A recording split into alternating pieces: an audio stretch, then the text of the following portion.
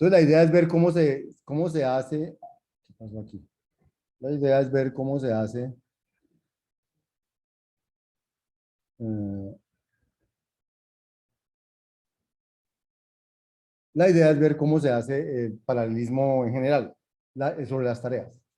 Entonces, vamos a ver unas operaciones sobre los datos. Ya sabemos que hace map, que hace reduce, sobre listas o cosas de ese estilo. Entonces, vamos a ver si podemos estas operaciones como map o reduce paralelizarlas y hacerlas más rápido que si fueran sobre datos secuenciales, que hacerlas secuencialmente sobre los datos. Entonces, eh, no sé por qué se me devolvió para allá.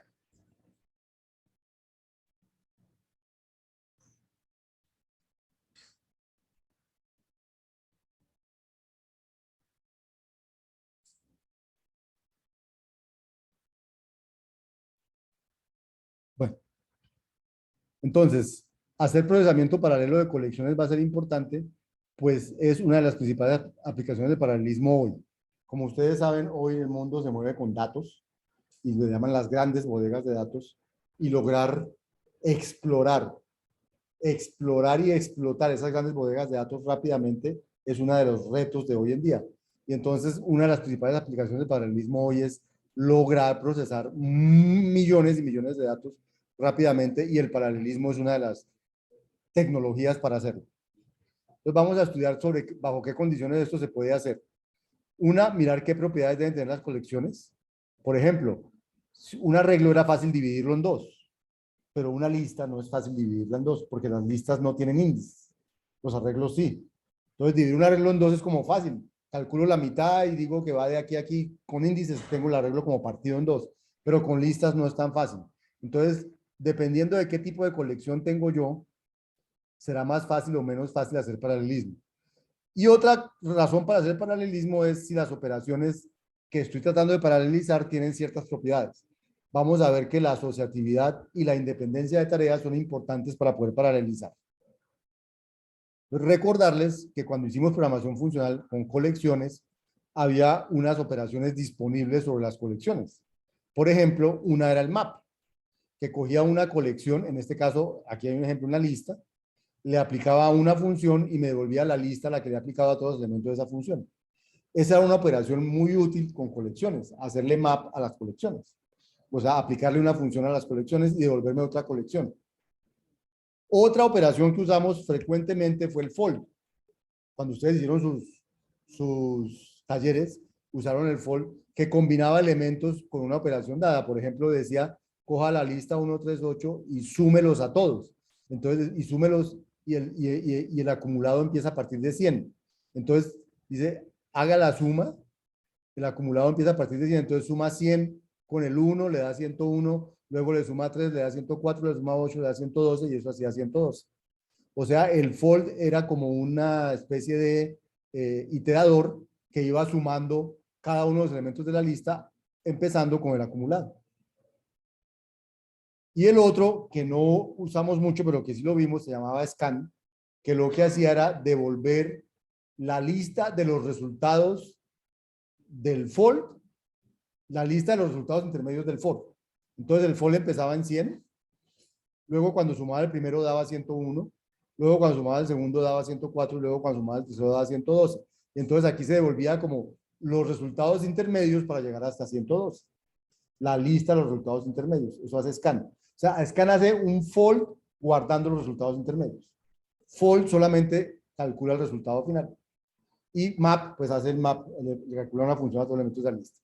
Estas eran tres funciones muy utilizadas con colecciones. Aquí están ejemplificadas con listas. Pero dijimos que había más colecciones, había arreglos, había vectores, había maps, había un poco de colecciones y todas tenían estas funciones implementadas.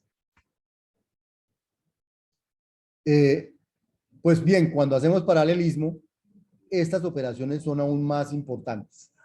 Y les voy a decir por qué. Si ustedes hacen una búsqueda en Internet